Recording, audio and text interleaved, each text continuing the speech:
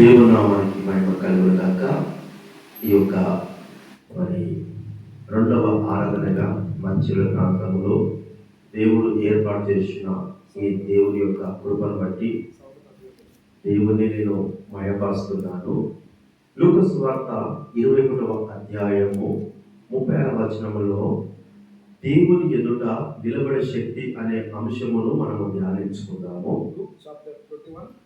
లూకా సువార్త 21వ అధ్యాయం 30వ వచనములో ఏమున్నదంటే, కాబట్టి మీరు జరగబో వాటినెల్లా తప్పించుకొని మనుష్య కుమారుని ఎదుట నిలబడటకు శక్తి గలవారు అన్నట్లు ఎల్లప్పుడూ ప్రార్థన చేస్తూ మెలకుగా ఉండుడని చెప్పారు. యేసుక్రీస్తు ప్రభువారు మనలో ఎంత ప్రేమించి మనకు అన్ని రకాలుగా చెప్తున్నాడు. మనము ఒకరోజు దేవుని ముంగట నిలబడాలంటే నిలబడే శక్తి మనకు ఉండాలి. ఎల్లప్పుడూ నిలబడే శక్తి ఉండాలి. ఆ ఎల్లప్పుడు నిలవాలంటే మనలో ప్రార్థన ఉండాలి. మనలో మెలకువ ఉండి ప్రార్థన ఉండాలని దేవుడు చెప్తున్నాడు. దేవునికి స్తోత్ర. అంటే ఈ 4 విధాలుగా ప్రతి క్రైస్తవ బిడ్డకు ఉండాలని యేసుక్రీస్తు ప్రభువారే తన నోటితోటి స్వయానంగా చెప్తున్నాడు. దేవుని ఎదుట మనము నిలబడాలంటే మన కాళ్ళలో శక్తి ఉండాలట. మన కాళ్ళలో శక్తి ఉండాలంటే మనము మోకరించి ప్రార్థన చేస్తేనే ఆ ప్రార్థన శక్తి మన కాళ్ళలో, మన ప్రార్థన ద్వారా ఆ దేవుని ముంగట మన మోకాళ్ళ ప్రార్థన నిలబెడుతుంది. Praise the Lord. ఎలాంటి ప్రార్థన అంట? ఎల్లప్పుడూ మనము ప్రార్థించు వారంగా ఉండాలి. మెలకువగా కలిగి ప్రార్థించు వారంగా ఉండాలని దేవుడు మనకు తెలియజేస్తున్నాడు. మత్తయి సువార్త 20వ అధ్యాయము 21వ వచనాన్ని మనం గమనించినట్లయితే అంటున్నాడు, ఒక తల్లి మాట్లాడుతున్నది.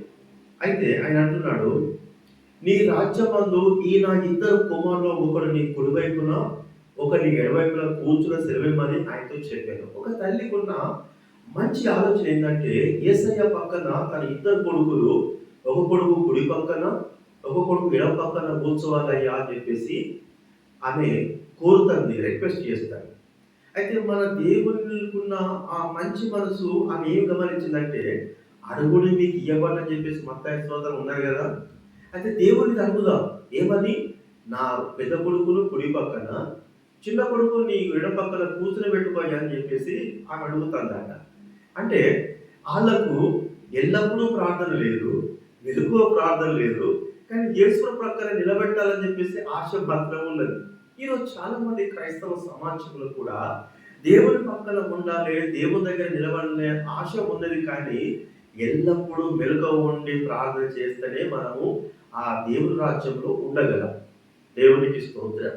హల్లెలూయా. ఇక అదే 22వ అధ్యాయము మనము 11వ వచనం చూసినట్లయితే మత్తయి సువార్త ఏమున్నదంటే, రాజు కూర్చున్న వారిని చూడ లోపలికి వచ్చి అక్కడ పెళ్లి వస్త్రం ధరించుకుని ఒకరిని చూచి, స్నేహితుడా, పెళ్లి వస్త్రం లేక ఇక్కడికి ఎలా వచ్చిందని వాడిని అడగగా వాడు మౌని అయి ఉండేను. అంతటా రాజు దీని కాళ్ళు చేతులు కట్టి వెలుపట చీకటిలో త్రోసివేయడు అంటున్నాడు. ఇక్కడ దేవుని యొక్క మరి మన వాక్యాన్ని చూసినట్లయితే దేవుడి దగ్గరికి ఒక వ్యక్తి వచ్చిండట. ఆ వచ్చిన వ్యక్తిని దేవుడు ప్రతి ఒక్కరిని అబ్జర్వ్ చేస్తున్నప్పుడు అతనికి పెళ్లి వస్త్రం లేవాట. అప్పుడు దేవుడు ఏమంటున్నాడు, పెళ్లి వస్త్రం లేక ఇలా ఇక్కడికి ఎలాగ వచ్చిందో అని అడిగినప్పుడు వాడు మౌనంగా ఉన్నాడు. అప్పుడు దేవుడు ఏమంటున్నాడు, వీని కాళ్ళు చేతులు కట్టి అంటున్నాడు. ఎందుకు కాళ్ళు కట్టేయమంటున్నాడంటే, ఈయన మోకరించి ప్రార్థించే అనుభవంలో లేడు. ఈయన కాళ్ళను ఎప్పుడు కూడా మోకరించడానికి ఇష్టపడలేదు. ఆ మోకాళ్ళల్లో దేవుని ప్రార్థన శక్తి లేదు కనుక కాళ్ళు కట్టేయమని దేవుడు అంటున్నాడు. చేతులు మరి మనం జోడించి ప్రార్థన చేస్తాడు. అవి దేవుని జోడించని చేతులుగా ఉంటున్నాయి కనుక ఆ చేతులు కట్టేయమంటున్నాడు. అంటే ఈ వ్యక్తికి దేవుని రాజ్యం అంటే ఇష్టము, దేవుని యొక్క సన్నిధిలో ఉండడం అంటే ఇష్టమే, కానీ మెలకువ ఉండి ప్రార్థన ఎల్లప్పుడూ చేయలేదు కనుక, దేవుని ఎదుట నిలబడే శక్తి లేదు కనుక దేవుడు అతన్ని కట్టేసి వెలుపడ త్రోసివేయమని చెప్తున్నాడు.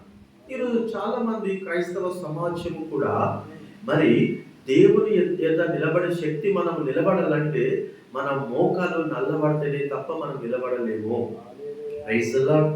ఎలా ప్రార్థన చేయాలంటే ఎల్లప్పుడూ మనం ప్రార్థన చేయాలంట, మెలకువగా ఉండాలని దేవుడు మాట్లాడుతున్నాడు. అదే మత్తయి సువార్త 7వ అధ్యాయం 21వ వచనంలో చూసినట్లయితే 7వ అధ్యాయము 21వ వచనంలో ప్రభువా ప్రభువా నన్ను పిలుచు ప్రతివాడు పరలోక రాజ్యంలో ప్రవేశింపడు అంటున్నాడు. దేవునికి స్తోత్రం. ఎందుకు? నా తండ్రి చిత్త ప్రకారం చేయవాడే ప్రవేశించును అంటున్నాడు. అంటే తండ్రి చిత్తం ఏంటిది? ఎల్లప్పుడూ మెలకువ ఉండి ప్రార్థన చేయడమే తండ్రి చిత్తము. దేవుని నామానికి మహిమ కలుగును గాక. కనుక దేవుడు మాట్లాడుతున్న విషయం ఏమిటంటే ప్రభువా ప్రభువా నన్ను పిలుచు ప్రతివాడు అంటే దేవునితో పరిచయం ఉన్న వ్యక్తి ప్రభువా అనగలుగుతాడు. Praise the Lord. హల్లెలూయా. ప్రభు అని చెప్పి ఎవరు అడుగుతున్నారు? దేవుడు కంటే తెలుసు, దేవుడితో పరిచయం ఉన్న వ్యక్తి ప్రభువా ప్రభు అని పిలుస్తున్నాడు. కానీ దేవుడు ఏమంటున్నాడు? నా తండ్రి చిత్త ప్రకారం చేయవాడే ప్రవేశించును అంటున్నాడు. మరి తండ్రి చిత్తం ఏంటిది అంటే దేవుడు అన్నాడు కదా, మీరు మెలుకోవండి ప్రార్థన చేయడం చెప్పింది కదా. అంటే నేను చెప్పిన మాట మీరు ఇంటలేరు చేర్తలేరు కనుక నా తండ్రి చిత్త ప్రకారం చేయలేదు కనుకనే మీరు అక్రమం చేయవారు అవుతున్నారు అంటున్నారు. దేవునికి స్తోత్రం. తండ్రి చిత్తం ఏంటిది? ఎల్లప్పుడూ మెలుకోగలిగి మనం ప్రార్థన చేయడమే దేవుని చిత్తం. అది అంటే ఈ 4 లేదంటే మనం ఎంత ప్రభువా ప్రభుని పిలిచినా పరలోక రాజ్యంలో దేవుడు యాక్సెప్ట్ చేయడు. దేవునికి స్తోత్రం.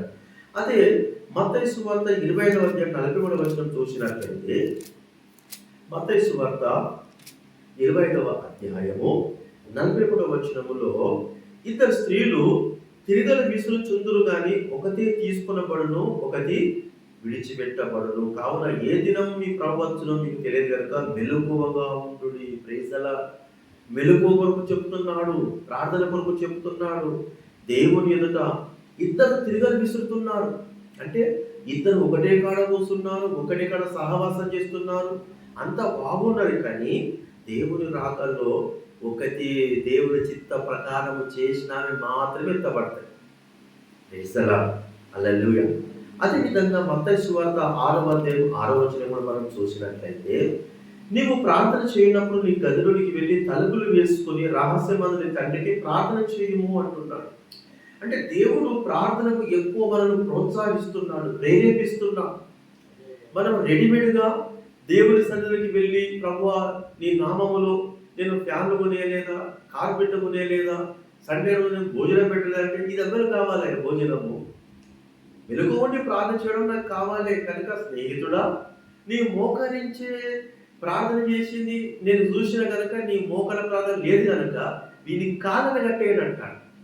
మోకరించి ప్రార్థన చేస్తే ఆ మోకాళ్ళలో ఉన్న ప్రార్థన శక్తి దేవుడు కనబడు. Praise the lord. కనుక ఏమంటాను, ఇది కాళ్ళు చేతులు కట్టేసి నిలబడ పాటింటున్నాను. దేవుడికి స్తోత్రాలు. ఇక మనము 1 కొరింథీ 6వ అధ్యాయం 15వ వచనం కూడా చూసినట్లయితే 1 కొరింథీ 6వ అధ్యాయము 17వ వచనములో 1 కొరింథీ 6వ అధ్యాయము 17వ వచనములో అటువలే ప్రభుతో కలుసుకున్నవాడు ఆయనతో ఏకాత్మై ఉన్నాడు. దేవుని నామానికి మహిమ. ప్రభును కలుసుకోవాలట. మనం దేవుని సన్నిధిని నువ్వు ప్రార్థన చేయనప్పుడు నీ గదిలోనికి వెళ్ళు అంటున్నాడు. ఎందుకంటే మరి లోకముతో ఉన్నప్పుడు ప్రభువు నువ్వు కలుసుకోలేవు. ప్రభు దగ్గరికి వెళ్ళినప్పుడు లోకాన్ని కంప్లీట్గా పైకి పెట్టాల్సిందే.